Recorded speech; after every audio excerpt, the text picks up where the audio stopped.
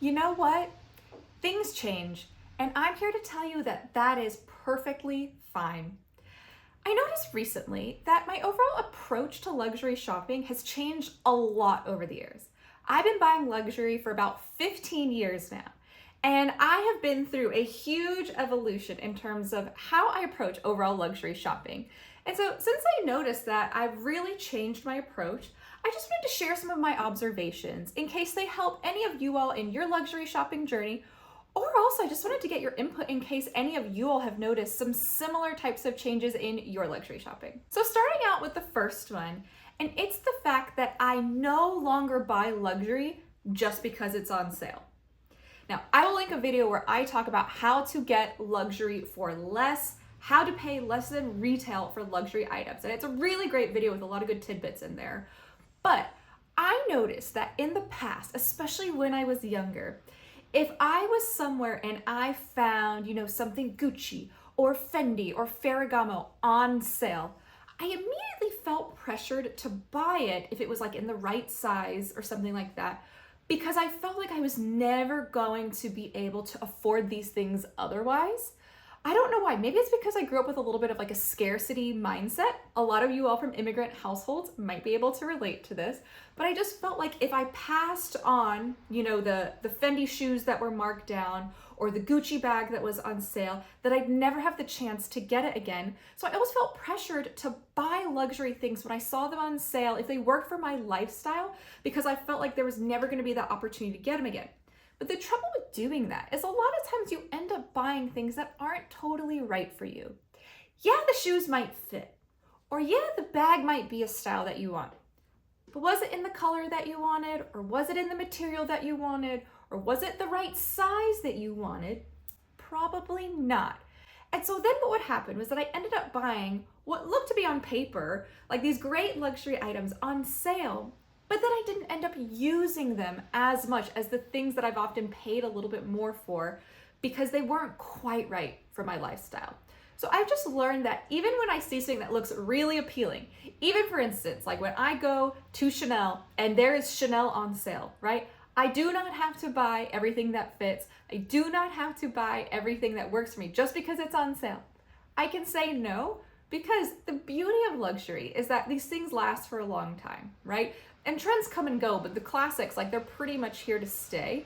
And so what I learned was that in my 20s, when I thought that I was never going to make enough money to buy these things, well, I'm living proof that that actually has changed for me specifically. I've been very fortunate and unfortunate in certain ways about how my professional life has gone. So now I'm able to afford things that I never in a million years dreamed that I'd be able to afford. So just to tell you that if you're feeling pressured to buy things because they're on sale and you really want to start getting into luxury, just make sure they're things that really make your heart sing. Like, use the Marie Kondo, does it spark joy? Because if it doesn't spark joy, you're probably not going to get as much use out of it as something that does spark joy, and then it doesn't end up being quite as good of a sale as you originally thought it was. But on the note of sales, one thing you'll notice that when you go luxury shopping on a frequent basis for years, you can start to predict what's going to go on sale. And you start to learn what luxury brands either put their items on sale or have an outlet, or they sell stuff, on sale to third-party retailers. So I have learned which items I can hold out for, which luxury items I should wait a little while to buy, and I wait until they go on sale. So for instance, certain brands that do end up in luxury designer sales, and sometimes they're private, sometimes they're invite only. I actually just got an invite only one for Burberry today. But certain luxury brands that do tend to go on sale are Burberry, Dolce & Gabbana, sometimes Bottega. And then in the stores, you can see brands on sale like Fendi, Saint Laurent, Christian Louboutin, Celine. All of them put stuff on sale. Now, just the big sales every year. And again, go back to that video that I linked a little bit earlier for you to tell you about those big sales every year. And outside of just waiting for sale time, I also am really big on shopping other websites and other apps that I know put stuff on sale. So you all know I shop Amuse a lot. I will look on Forward, Net-a-Porter. All these places often put things on sale that maybe the brand itself won't. So I have learned that I am happy to wait for certain luxury items to go on sale. Now, the next thing that's changed about my overall approach to luxury shopping is that I now very happily and quite frequently shop pre-loved, and I buy secondhand luxury items.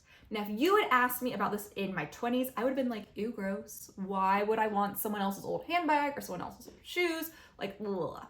There's a lot of different reasons why I am so happy to shop pre-loved. One, it's eco-friendly, right? And I'm not trying to by means greenwash my love for pre-loved shopping. There are other reasons too. But being able to give another life to something that someone else doesn't want is great for the environment, and that is something that's really important to me.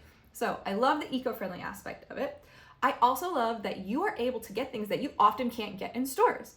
We know, and it's almost like this like vicious cycle that now resellers often go and buy the hottest items from brands, so you can't get such and such hottest bag or hottest shoes from the store. The resellers then go and immediately sell them to the Real, Fashion File, or they've got their own, like reselling, like Instagrams, things like that. So a lot of times you're just able to get more variety and more assortment of things that you weren't able to get in the shop. You're also able to get things that are no longer in production. So for instance, Chanel kind of comes to mind. One, the older bags that you can get, they've got 24 karat gold plated hardware that you're not able to get on the bags fresh from the store today.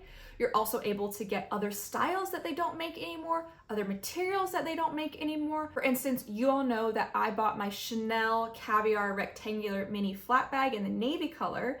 And because you cannot get Caviar mini rectangles from Chanel anymore, I got this from the pre-loved market, and I love this bag. It's incredible. Also, another reason I love shopping pre-loved is that you're able to sometimes get a better price. That is not always the case. A lot of times you will pay a premium shopping pre-loved, again, for those highly sought after items. But for a whole host of different reasons, I am very open to shopping pre-loved now. A lot of times you can find brand new items that have never been worn, things that have got tags attached, they're still in the box. So pre-loved is a great option to go. And if it's something that you've never really been open to before, just go to either the Real or Fashion File and just sort by like brand new with tags and see what you're able to find, because I think it might change your mind. Another thing that's changed about my luxury shopping is that in the past, I was often a lot more impulsive when it came to making luxury purchases. A lot of times I wouldn't plan it out, but for instance, if I saw something on sale, if I saw something I loved, again, I guess I just had this scarcity mindset. I felt like I was never gonna be able to get it again, so I'd feel pressure to buy something in the moment, even if I wasn't totally sure. Instead, nowadays, I often think out, plan, and try on items that I like for a long time before I buy them. So for instance, that Bottega Veneta medium andiamo bag that I recently got, that was my third time trying on andiamos, and every single time was a different experience. Every single time I tried on different colors, different sizes, different fabrications, and some I liked, some I didn't like, but it helped me narrow it down over time to find the one that really worked for me and to find the one that really was perfect for me. And that is evidenced by the fact that since I've gotten that bag, it has been my everyday bag. I have hardly swapped it out other than for like evenings, a night out on the town where that bag's a little bit too big. So now I'm making smarter purchases. So granted, it's not good to always be so calculated, right? And so planned out when you're making a purchase. But for instance, like when I got the Bottega Veneta Andiamo bag, I wasn't planning to buy a bag that day. But because I just walked in, and I did some trying on, and I'd already tried it on before, and I knew what I liked and I didn't like, I felt really comfortable getting that bag that day because I knew it was going to work for me. Now, granted, I still do buy things spontaneously. You all have seen I've been in my workout clothes and I bought stuff that I haven't planned out. But I'm just saying that a lot of times now I put more thought into my luxury purchases, and so I'm getting a lot better use out of these things because I'm making smarter purchases. I'm trying them on. I'm making sure that they fit me right, that they've got the right compartments that I need, that I like the materials, and so I'm getting great use out of my things that I'm planning a little bit more ahead of time before I buy them. Something else that's changed as it relates to luxury too is that now I am actually willing to spend more, to pay a premium for higher quality goods. Again, like I've mentioned, I was often always looking for a deal, looking for a sale, and I still love sales and deals. but it's all relative. And now I'm focused more on getting high quality items that are going to last for a long time, because I know what it's like to get something on sale and maybe it had a quality issue and that's why it was on sale. Whereas now I'm willing to spend more for the high quality things, like the Bottega Veneta Andiamo. That's such good quality. I'm getting great use out of that. Like my Caviar Chanel Mini that's a few years older. The leather is wearing beautifully. The hardware looks great. It's worn a lot better than some of my newer Chanel bags. My Hermes Kelly To Go, that was a little bit expensive in terms of a smaller bag, but the quality is beautiful and that was handmade. So I'm willing to spend a premium to get things that are going to last forever. And finally, I think this last thing that's changed for me as it relates to luxury shopping is kind of something that just comes with age, where you've got more confidence in who you are and knowing what you want and knowing what works for you, is that I no longer let other people influence me to buy things that I know deep down inside aren't going to work for my lifestyle. Instead, I let my personal taste and my personal preferences really dictate what I buy. And that means that a lot of times I'm not buying trendy items. I am off trend a lot of times, and I am okay with that, because I know that what I'm wearing, although it might not be trendy, although it might not be what you see on TikTok, and maybe even some people might call what I like sometimes like outdated or cringe or whatever, I know I really like it and it makes me really happy. And so therefore I'm getting a lot more use out of it. So some examples are, bags or shoes or just things that you see people on YouTube unboxing all the time. And for me, I've learned that I can recognize that these things oftentimes are beautiful, that they're well made, but that they're not for me, so I shouldn't be influenced into buying them. A lot of times, like Chanel will have like a unicorn it bag of the season, and I'll see everyone else unboxing it, and it kind of just makes me want to like jump in and get it too.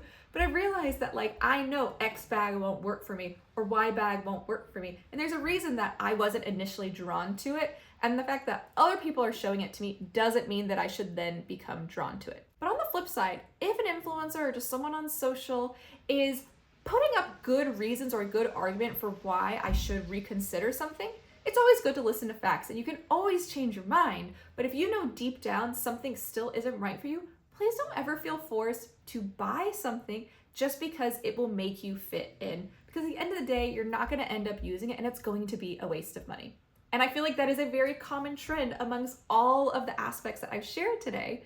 So I just wanted to share all of those things with you all in case they help you all on your luxury journey. So let me know your thoughts. Let me know what you agree and disagree with. And also, have you all found any of the same types of evolution in your luxury shopping? Or are there other things that you've noticed that I didn't mention? Definitely drop those down in the comments below. I'm always curious to hear your thoughts on topics like this. But I hope y'all enjoyed this video. Thank you all so much for watching. I hope you found this video entertaining and helpful. And if you did, I would really love it if you could just give this video a little like. Just give it a thumbs up down in the corner below. And if you haven't already, what are you doing? You need to subscribe to my channel so that way you can get all my latest content about all things shopping delivered straight to you. Thank you so much for watching. My name is Lily, and I can't wait to see you next time. Bye, everyone.